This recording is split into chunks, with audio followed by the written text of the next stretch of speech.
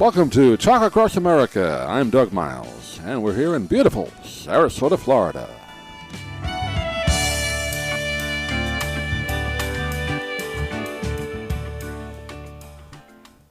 Now, here is I've Got a Secret, starring Gary Moore.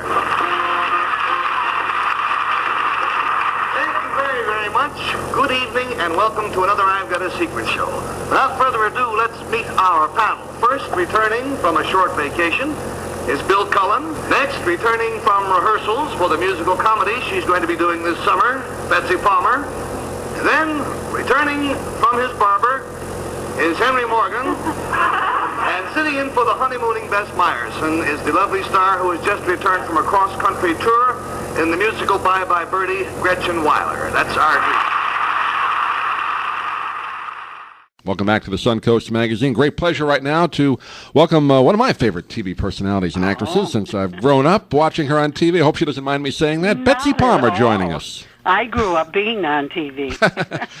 Make you grow up in a hurry. That's true, yeah. It was all those lovely days of live television.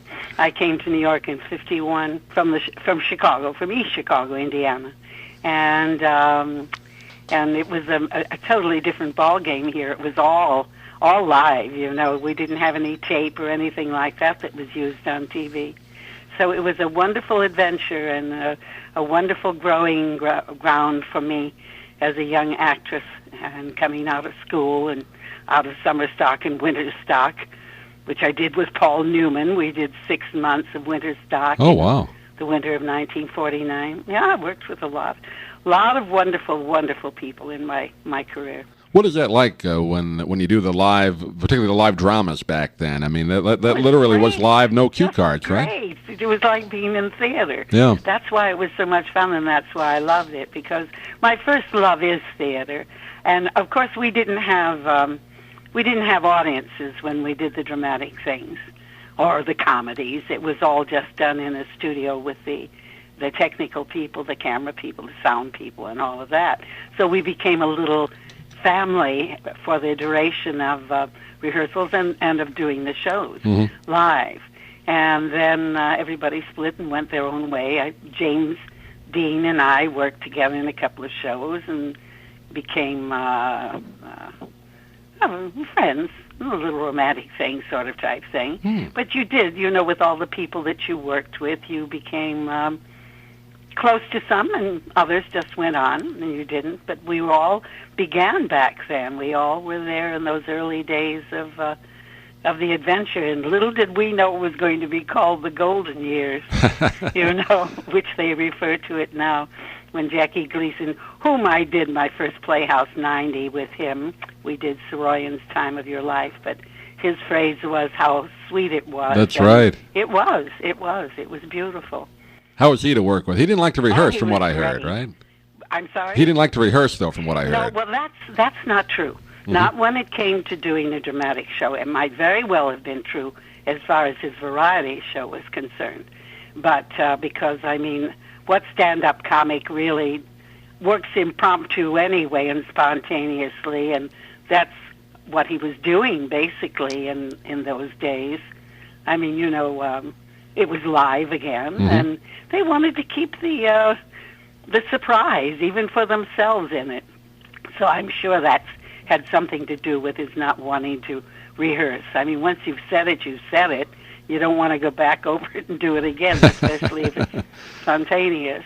But that was one of the reasons why they hired me to play opposite him in this Soroyan play on Playhouse 90, which was, of course, the first hour and a half live television show that was done. I worked with Buster Keaton and, many, many wonderful people on that particular, the Playhouse 90, we'll say, because it was certainly more than one appearance. And but Gleason, they was so notorious for not wanting to rehearse and being difficult. They said, they were thinking of another actress. The agent was his wife, and a well-known lady whose name I will not say, and a good performer and good singer and all, but a bit on the temperamental side maybe in those days. I'm not sure. we never really worked together. But so they said, no, he's going to be so difficult, so let's go with Palmer. So, because she's easy.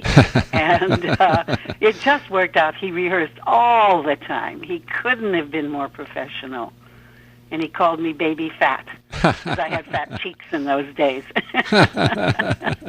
But nice man, very nice man, decent, very, very, very professional. Yeah, I've had a chance to talk to Joyce Randolph several times on the program, and she told some great stories about him. Yeah. Yeah. But, for comedy, he said he'd run through it once, particularly the Honeymooner sketch, and then they'd do it live that night. Yeah, he's right, too. Yeah. I mean, it's different if you're doing a play, because when you're doing a play, you have a new audience all the time, and that keeps it, and you keep it fresh and alive, which is what I want to teach the kids when I'm going to be giving these so-called quote-unquote master classes. Right. When I come down there. I mean, I want to show them how to develop a character, how to make the person have a life before they come on stage, before they start saying the lines that have been written for them, and to let them know in that way you keep it fresh and alive every performance. You're not just automatically saying a bunch of lines. So we'll have a nice time together. I'm looking forward to it. That'll be fun. I like young people, and it's always nice to pass on what you've learned in life. That'll be this Friday, the 16th, that you're going to be doing it. It is for the Maximilians Academy of Dramatic Arts. The 13th, at least that. I'm sure that's all these kids know me from is Mrs. Voorhees. That's right. The 13th. I thought I'd wear the sweater down there so that they could see me in that sweater. Thought they'd get a laugh out of that. You'll also be doing speaking at a tea at the Bird Key Yacht Club, too, on Friday. Oh, my gosh, yes, a tea party. I haven't been to a tea party since I was a Mad Hatter. And Alice in Wonderland. Or maybe I was the dormouse in the teapot. Well, I hear there's a tea. I didn't know that. Well, I guess, of course, I'll speak to them. That's what we're all together for, Just get in the limo, and they'll take you wherever you want to go. And just get out and talk. They'll bring in a limo, and then you just get out and talk. I guess that's how it'll work this weekend. I don't think so. I'll be with Eva Slane, who, of course, is an old, wonderful friend. She and her husband had the most wonderful musical theater on the North Shore of Boston. And I worked for them many, many summers. We became very close friends. Nice woman. She's been down with us quite a bit on our station. Stephen, her husband, is a great guy. Just great guy. His birthday was a couple of days after mine, so we old Scorpios used to celebrate together. But I've known Eva, we go very, very far back, 20-some, 30-some years now. Oh, that's great. She does a lot of great work down here with the local theaters, so that should be fun. And then, of course, I used to work at the Palm Beach, at the theater there. Okay. Yeah, I'm trying to think of the name of it at this moment. Names go out of my head these days. Oh, dear me, what was it? Beautiful. Oh, the Royal Poinciana. Oh, okay, sure. Playhouse. Sure. Yeah, did many, many shows there. And I'll be near Fort Lauderdale, working for Elaine Grossinger and the wonderful Forest Trace, I think it's called, an older citizens' retirement place down near the Lauderdales. And I'm going to be speaking to them. That will be in May.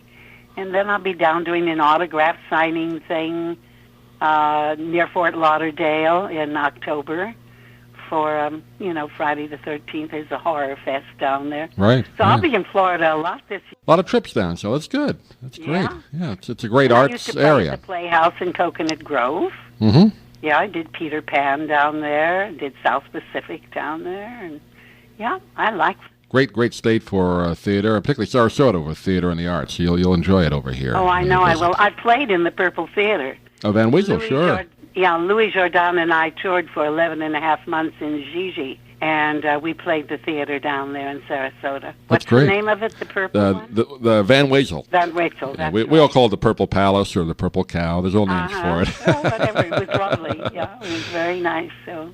Why? Doug. I just wanted. I tell you. I just wanted to say I've never had a chance to talk in person, but I grew up watching you on my favorite game shows, like What's My Line and I've Got a Secret. I've Got a Secret was my. I've Got a Secret. I knew that, but were you on What's My Line a few times too, weren't you? Well, yes. Yeah. Yes, I'd be on the panel whenever somebody would be off, Dorothy or. Right.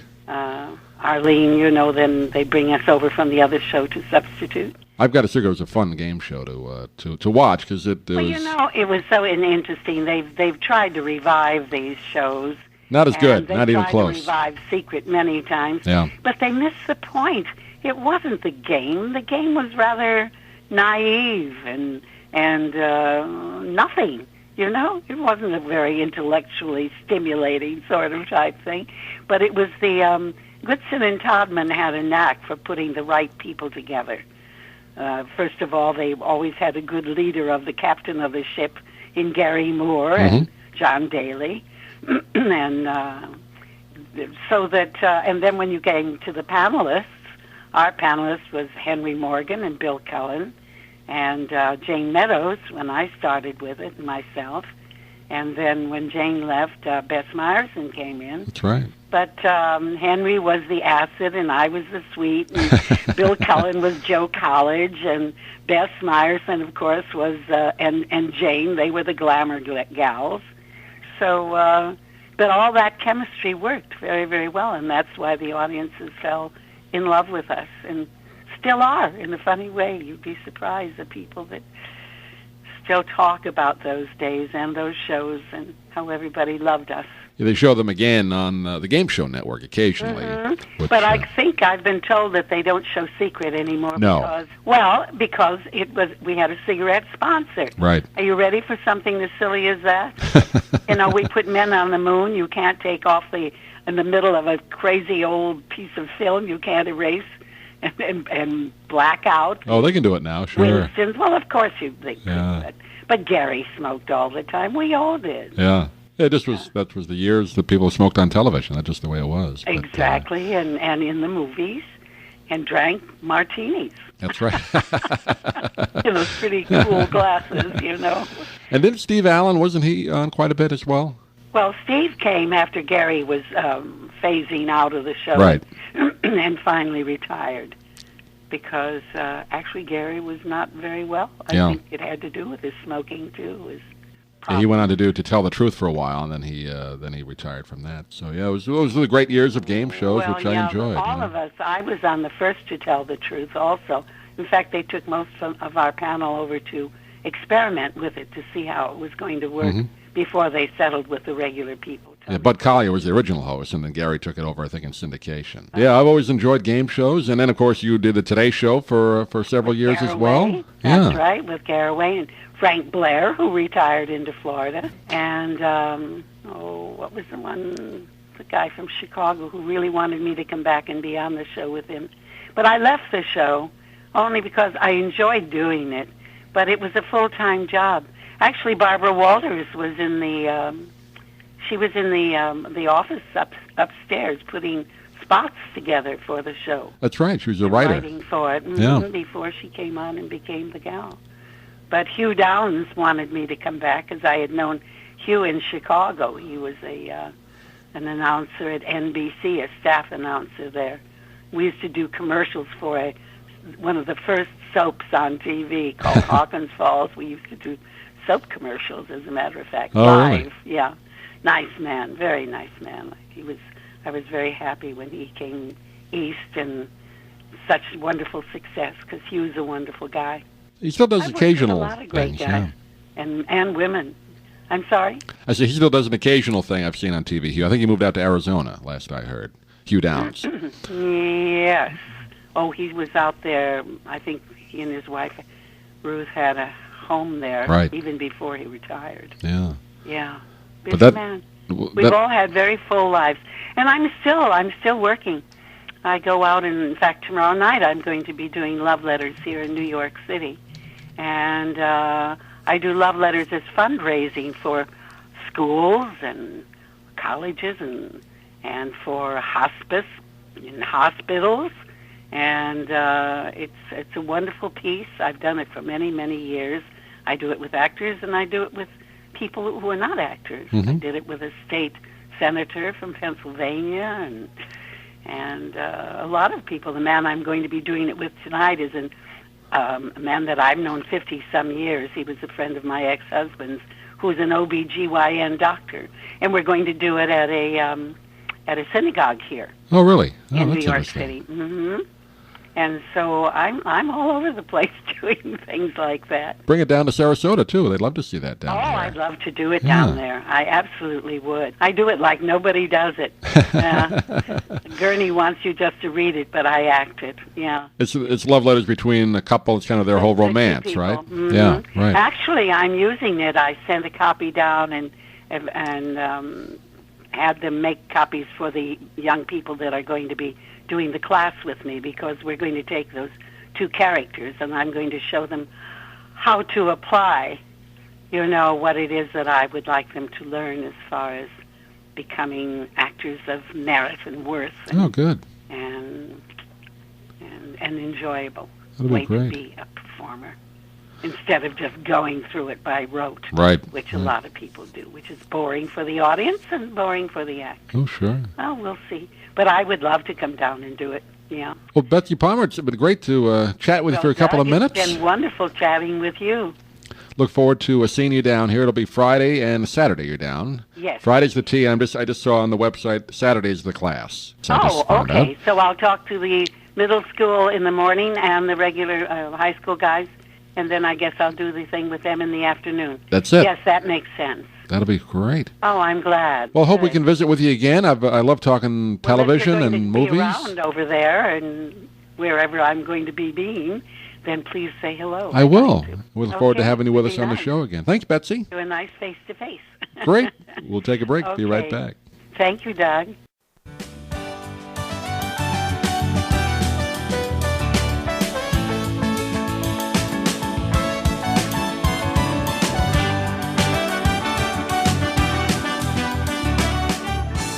Thank you for joining us today on Talk Across America. Please visit our website at dougmilesmedia.com for more great interviews and content. And if you're interested in any of the books we talk about on the program, please click the Amazon link on our website. It helps support the podcast. Thanks for listening. We'll see you again real soon here from beautiful Sarasota, Florida.